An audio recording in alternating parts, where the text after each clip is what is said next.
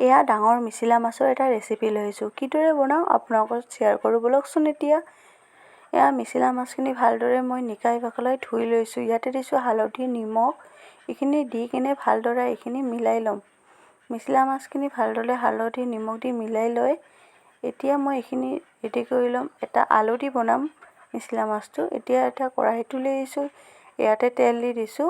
তেল গৰম হোৱাৰ লগে লগে মিছিলা মাছখিনি দি দিছোঁ। মিছিলা মাছখিনি অকণমান ৰঙাকৈ ফ্ৰাই কৰি লৈ ল'ম। এতিয়া মিছিলা মাছখিনি ভালদৰে ফ্ৰাই হৈ গৈছে। এতিয়া মই এটা পেনটোত উঠাই ল'ম। এটা বাচনত উঠাই লৈছোঁ। এয়া মিছিলা মাছখিনি কি ধুনীয়া এটা কালাৰ হৈছে দেখিছেনে? এতিয়া মই সেই কেৰাহীতে মিছিলা মাছ ভজা কেৰাহীতে আলুখিনি মই ভালদৰে ভাজি ল'ম। এয়া আলুখিনি ভাজাত অকণমান নিমখ দি দিছোঁ। এতিয়া এইখিনি ভালদৰে ভাজি এতিয়া উঠাই ল'ম। এনেকৈ বনাই খাব বহুতে ভাল লাগে। ইয়াৰ আলু ভাজি হৈ গৈছে। ইয়াতে গোটা জিৰা দি দিছোঁ মই।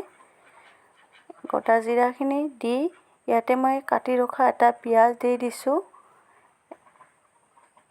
পিঁয়াজ দিছোঁ, আদা নহৰু গোটাই দিছোঁ। এইখিনি মই ভালদৰে অকণমান সময় কাৰণে ফ্ৰাই কৰি লৈ ল'ম। এইখিনি এটা ফ্ৰাই হৈ গৈছে। ইয়াতে মই এটা কাটি ৰখা বিলাহী আছিলে সেইটোও দি দিছোঁ। এতিয়া এইখিনি দি ভালদৰে ভাজি ল'ম।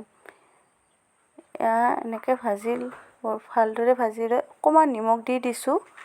নিমখ দি বিলাহীটো সিদ্ধ হোৱালৈকে ভাজি ল'ম। এয়া মছলাখিনি ভাজি হৈ গৈছে। ইয়াৰ মিক্সাৰত দি ধুনীয়াকৈ মই এইখিনি পেষ্ট কৰি ল'ম। এয়া পেষ্ট কৰি লৈ লৈছোঁ। চাওকচোন কি ধুনীয়া হৈছে পেষ্টটো। ইয়াতে কেৰাহীটোতে অকণমান তেল দি মছলাখিনি দি দিছোঁ। মছলাখিনি দি অকণমান সময় আৰু অলপ ভাজি লৈ এতিয়া ভাজি ৰখা আলু আৰু মিছিলা মাছখিনি সেইখিনিও দি দিলোঁ। এতিয়া দি সেইখিনি ভালদৰে মিলাই আৰু মছলা পেষ্ট কৰা বাতিটোতে অকণমান পানী দি এইখিনি ইয়াতে দি দিম। এয়া দেখিছে মিছিলা মাছ আৰু আলুখিনি ধুনীয়াকৈ ফ্ৰাই হৈ গৈছে। ইয়াতে মই অকণমান পানী দি দিছোঁ। এয়া পানী দি এতিয়া ভালদৰে মই লাৰি দিম। এতিয়া পানী দি ভালদৰে লাৰি দিছোঁ।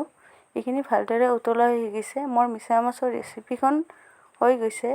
ইয়াতে দি দিলোঁ গৰম মছলা আৰু আপোনালোকে এনেকৈ বনাই খাবচোন বহুতেই টেষ্টি লাগে। আজিলৈ এৰিলোঁ। বাই বাই গাইছ।